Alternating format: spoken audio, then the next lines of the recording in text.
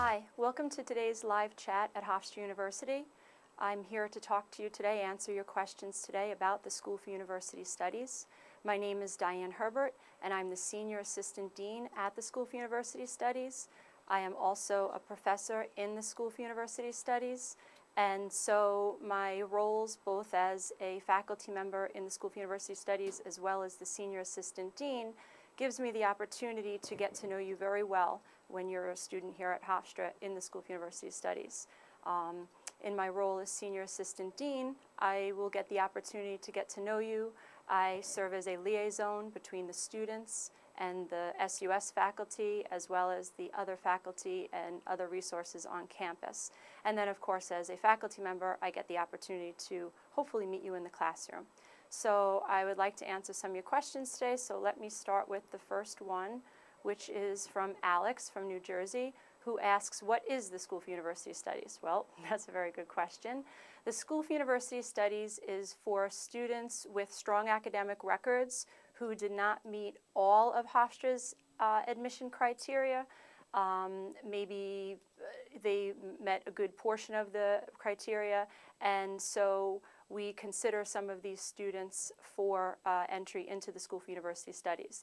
The School for University Studies has two different programs, a freshman program and a transfer program, and both of these programs give students the opportunity to have a smooth transition into the Hofstra experience. Carmen from the Bronx asked, who is referred to the School for University Studies and how do students get admitted? Well, when students apply to the Hofstra University in general, some students get admitted pretty straight off the bat because they've hit all of the admission criteria.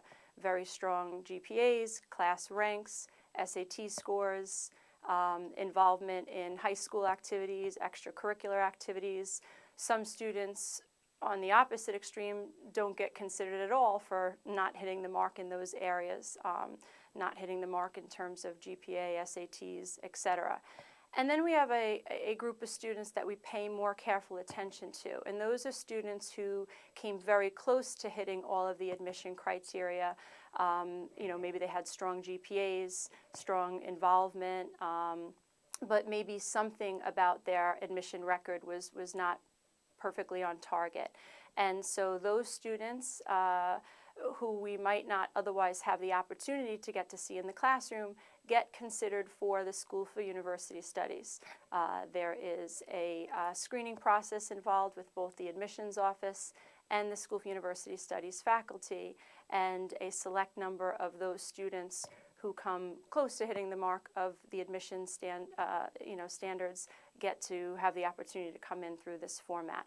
And it offers those students a great opportunity to come here to Hofstra, and as well it offers us to have an opportunity to get to have a good group of Hofstra alum. Let's see, Devin from Hicksville asks, does being in the School for University Studies set students behind in pursuing their majors? No, students who complete the School for University Studies requirements in their first year should be on track for the very large majority of majors at Hofstra University, other than a select number of majors that have very, very detailed criteria, perhaps maybe the engineering major, where sequential courses is a more important, might be off track, but generally speaking, no. The students in the School for University Studies should be on track if they complete their requirements in the first year. Okay. Peter from New York City asks, what is the curriculum for School for University Studies? That's a good question, Peter. Students in the School for University Studies, in their first semester, the curriculum consists of what we refer to as a core class. It includes a seminar class and what's referred to as a written expression 1 class, as well as a departmental class in a student's major.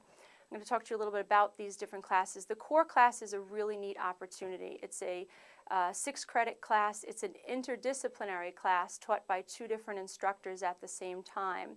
and it gives the students a great opportunity to see their instructors as both teacher and learner at the same time. It's not tag team teaching. The faculty are in the classroom together with the students. It builds a great community where, for example, let's say you take someone with a background from psychology and combine that person with someone with a background from history. They might teach a class together, let's say gender roles in American culture. The students would be learning about gender roles from a psychological perspective, as well as learning about gender roles from a historical perspective. How have gender roles changed over time, for example? And so the two faculty work together to come up with a curriculum to show the students how you can integrate disciplines. And it's a neat opportunity. The students taking a seminar class, they have an opportunity to take an introductory level class in an area that they might not normally have the opportunity to take. So it's typically a topic that is unique for a first-year experience. So, for example, a class like civil and personal liberties, you might only be able to take a class like that if you had a particular major, or if, you know, later on as an upper level student in a very narrowed focus. But this allows students to try courses outside of their major area of interest, or to take more classes in their major area of interest, but through the seminar format. And then the other curriculum requirement is Written Expression 1 course, which is a writing class that complements the core experience. And the last class is a departmental class, typically in a student's foundational major area of interest. Victor from Atlanta asks, what program requirements will students be expected to complete in the School for University Studies? This question's very similar to the question about curriculum. In order to be in good standing in the School for University Studies, the students need to earn a grade of C or better in their core class, C or better in their seminar class, C or better in their first semester writing class, C or better in their second semester writing class, and generally speaking, C or better in 2 additional classes outside of the SUS curriculum, as well as being in good standing with the completion ratio at the university. So the first semester for the students is a little bit more heavily loaded in the program, with 1 course during the first semester being taken outside of the SUS curriculum. And in the second semester, there's actually only 1 course that ties the students to this School for University Studies curriculum, and all of the other classes are classes that are tapping into the student's major area of interest, or distribution requirements for the university, or electives that students might be interested in. Ben from Forest Hills asks, will the credits that students take in the School for University Studies count towards Hofstra graduation requirements? Yes. It's important to note that the School for University Studies is not an extra year of school. It's not a remedial program. It is considered part of the student's 4-year education at Hofstra, part of the student's experience. So School for University Studies classes count towards your graduation requirements. All the classes that you take, because they're non-remedial, because they count as one of the foundational areas within the university, they will all count for graduation credits. Michelle from Brooklyn asks, do School for University Studies students take all of their classes with other School for University Studies students? Okay, so in the first semester, there's a good chance that students in the School for University Studies are taking classes with other School for University Studies students. There's a very select number of departmental classes that have seats reserved for SUS students that are also open to non-SUS students. Those are in some particularly highly attractive courses, so they reserve some of those seats for us. And but the other classes that the School for University students are taking are together. So there's a good chance that in your first semester you would be with other SUS students. In your second semester, however, only one course is taken with School for University Studies students, and your other classes are taken outside of School for University Studies, either according to your major of interest or according to, personal interest and other or distribution requirements that you are working towards. John from Middletown asks, are there tutors available to students in the School for University Studies? Yes, there are tutors available to the students in the School for University Studies. The tutoring services available to students in the School for University Studies are actually the same tutoring services that are available to other students at the university. So students would pursue seeking a tutor in the same way as any student at Hofstra pursues seeking a tutor. It's a service that is requested through the Center for University Advisement, and that is how tutoring services are attained. Tim from Astoria asks, who teaches in the School for University Studies? Well, the School for University Studies has a dedicated faculty of 10. There are 10 faculty members who consistently teach in the School for University Studies. They also teach elsewhere on campus, so some of the faculty teach in the philosophy department as well as teaching in the School for University Studies, psychology department as well as the School for University Studies. Other backgrounds of faculty is drama, comparative literature, history, for example.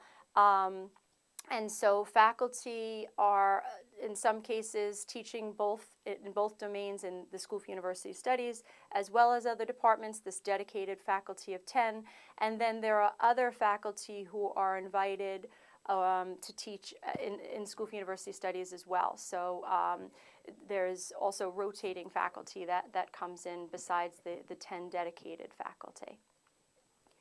Michael from New York City asks, if a student chooses to live on campus, will he or she dorm with other students in the School for University Studies? Dorming for School for University Studies students, the process works the same way for any other student who dorms on campus. Students may request to dorm with other SUS students, School for University Studies students, if they wish. They may request to dorm with students from whatever major area they're interested in, or sports interest, or anything along those lines. So there isn't any separate housing for School for University Studies students. There isn't any mandatory housing for School for University Studies students. The process is the same as it is for any other student on campus. Students put in requests, and everyone does their best to grant your requests accordingly. Okay. William from Westchester asks, when students successfully finish the requirements of the School for University Studies, will they have to reapply to the university? That's a good question. No. When students successfully complete the requirements of the School for University Studies, they simply transition into whatever area of interest they have at the university. If there is a application process, it might be for a particular major, but that would be true of any student at the university. So, for example, students have to apply into the Physician's Assistance Program. Students apply into the School of Ed. So the process for declaring a major are the same for any student on campus, and students do not reapply. You're considered a full-fledged Hofstra student from the moment you walk in the door through School for University Studies. As long as you successfully complete the requirements, you transition into your sophomore year like any other student. Okay, we're going to take a short break, and I want you to keep your questions coming, and we'll be right back. Hi, welcome back to our live chat here at Hofstra University regarding School for University Studies. My next question is from James from Delaware, who asks, how do School for University Studies students transition into their major of interest? Well, when students complete their requirements after the first year, students are then given new advisors. They are transitioned into the main campus at the university. They are going to fill out paperwork that says, this is the major I'm interested in. And so after the first year, students are working towards claiming a major if they know what they want to do. Sometimes it takes a little bit longer to figure that out, but if you're interested and you're aware, then you'll be able to do that at the completion of the first year. There are some students who come in from the get-go having auditioned for the music program or having auditioned for dance, and those students, even as early as their first semester, are taking classes towards their major. You know, assuming in some of these arts programs where auditioning takes place right from the get-go, you could be taking classes in your major. But for students in less specialized majors, the declaring of the major, the transition into the major, happens after the second semester. Greg from Baltimore asks, are students able to participate in campus activities, clubs, or sports while in the School for University Studies? Absolutely. Students in the School for University Studies are entitled to participate in the same activities as any other student on campus. So students are eligible for sports programs. Students are eligible for participating in the rec center. The health center is the same. All the clubs and activities, all the student-based activities through the Student Center are all available to School for University Studies students as they would be to any other freshman entering. And even fraternities and sororities in the second semester, as much as we don't encourage students to participate until after their first year, they're eligible for that as well. Tom from Chicago asks, what other benefits are there for students whose first year experience at Hofstra is in the School for University Studies? One of the things I love about working in the School for University Studies, and one of the greatest benefits I see for students who come in through the School for University Studies, is the close relationships that are formed between the students and the faculty. And I'm not saying that it doesn't happen elsewhere on campus, because I very well know that it does.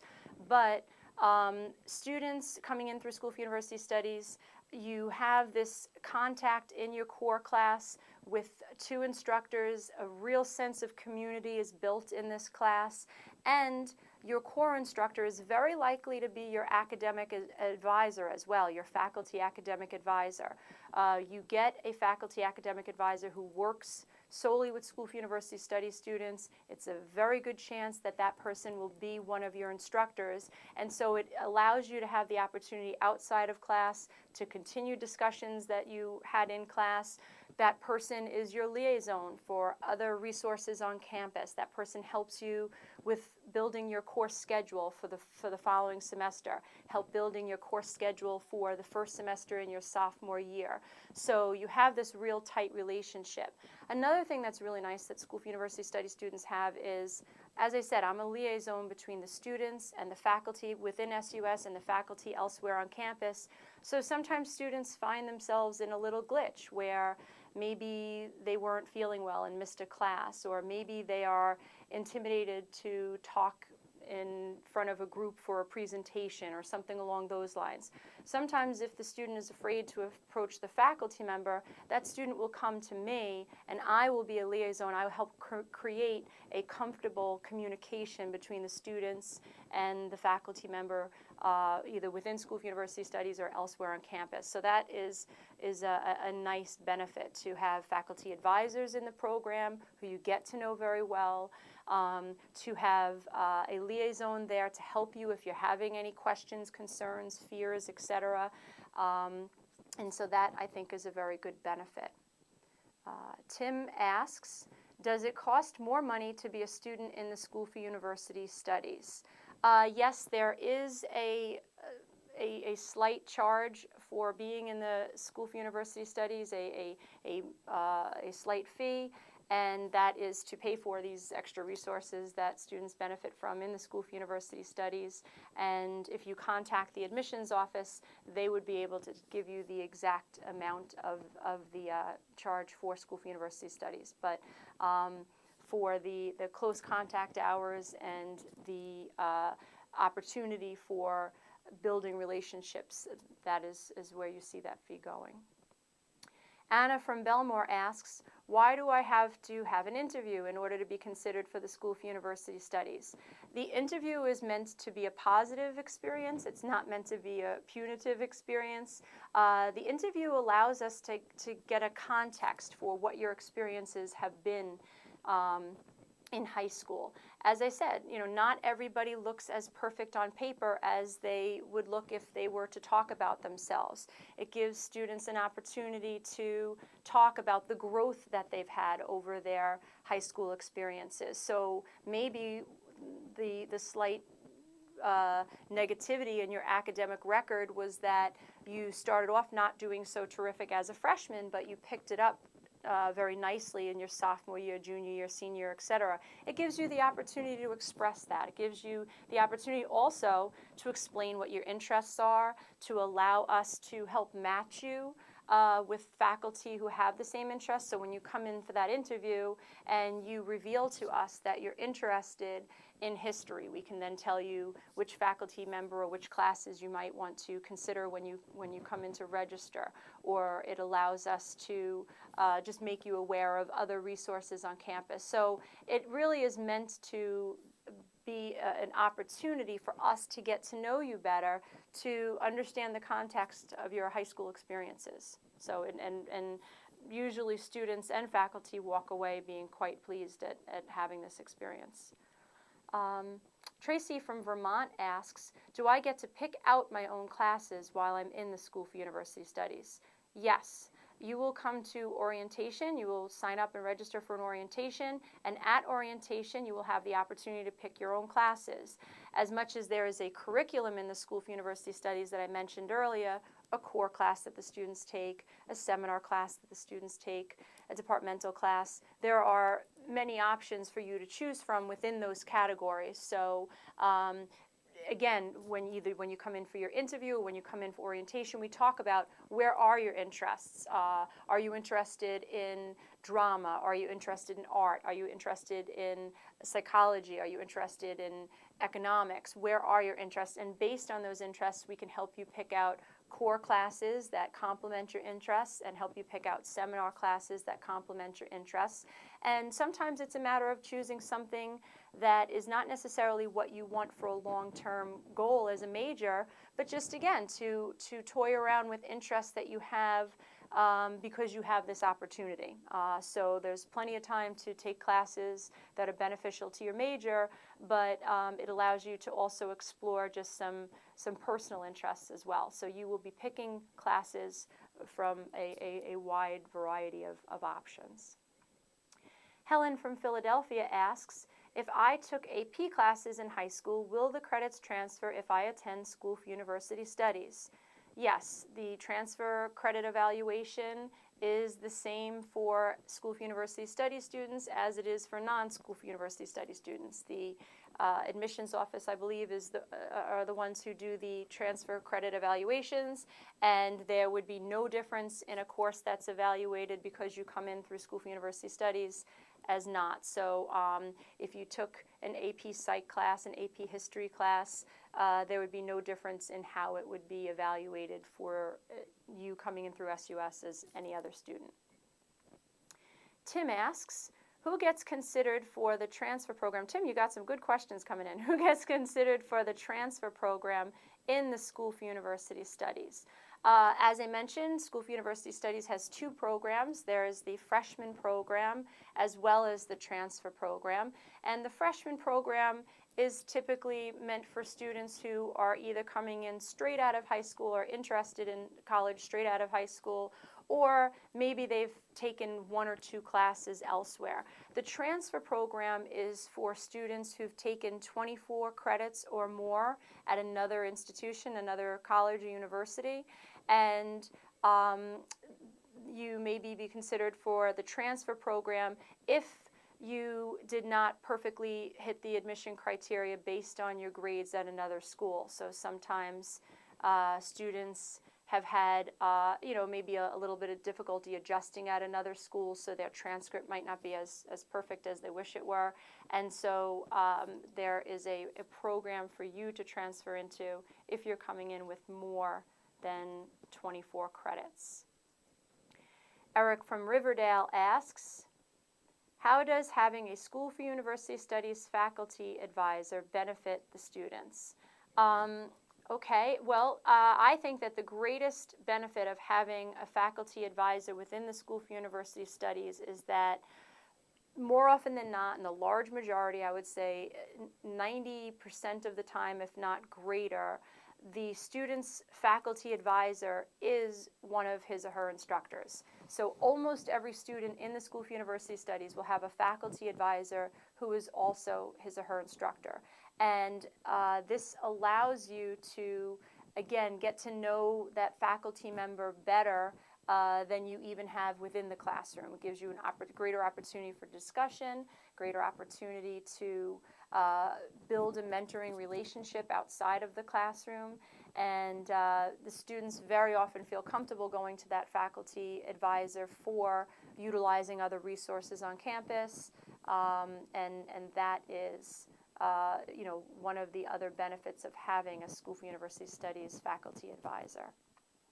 Also, the School for University faculty advisors are also in very good contact with me as the liaison. So if a student reports that they're concerned about a class or concerned about what's going on, I very often will hear from the faculty member, because they do know the students better, saying, I think you ought to check up with John in my core class. He sounded like he was having a tough time, or something along those lines. Mark from New Hyde Park asks, can I keep my School for University Studies advisor after I finish my School for University Studies requirements? Well, that's a good question, particularly because the students typically have a strong bond and feel comfortable with their advisors, with their faculty advisors. Many of the students want to keep that faculty advisor. They've gotten comfortable. They feel very confident with this person. However, in most cases, it's not appropriate to keep the same advisor unless that advisor happens to coincide with your major of interest. So, for example, if you're interested in history as a major, and Dr. Levy, for example, is your advisor, then it might be completely appropriate to keep that advisor. But if you're interested in a business major and Dr. Levy had been your advisor, it's in your better interest to transition into having an advisor within your major area of interest.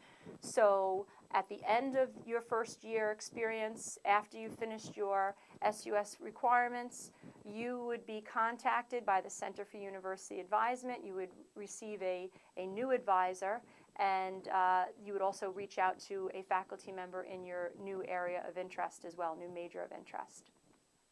Okay, that's all the time we have for today. I want to thank you for taking part in our School for University Studies chat today. If you have any more questions, please visit us at hofstra.edu/SUS, or you can give us a call at 516-463-5840. Thank you.